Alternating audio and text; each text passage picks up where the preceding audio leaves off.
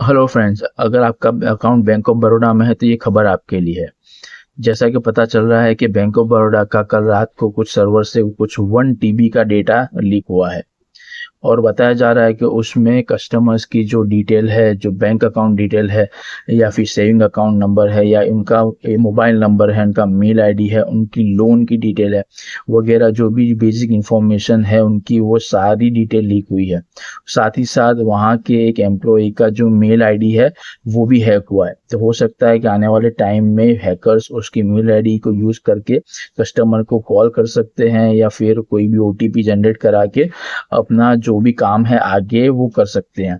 अगर आपका account bank में है और आपको कोई भी सस्पिशियस कॉल आता है या मैसेज आता है कि ओटीपी दीजिए, आपका अकाउंट सस्पेंड हुआ है या ब्लॉक हुआ है उसको अनब्लॉक करने के लिए, तो आपके नियर बाय जो भी बैंक ऑफ बड़ौदा का जो ब्रांच है वहाँ पे आप तुरंत संपर्क करिए।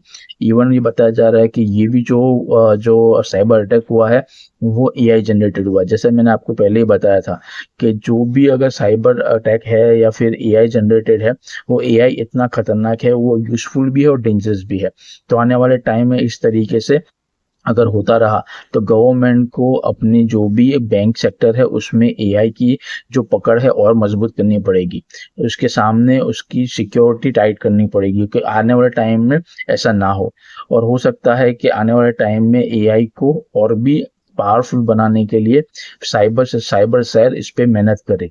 तो इसी तरह से अगर आपको ऐसा लग रहा है कुछ कि आपके अकाउंट में कुछ ओटीपी जनरेट हुआ है जिसकी आपने नहीं किया है या ऑलरेडी कहीं से मैसेज आया है, तो आपकी नियर बाय लोकेशन ये जो ब्रांच है वहाँ पे आप संपर्क करिए।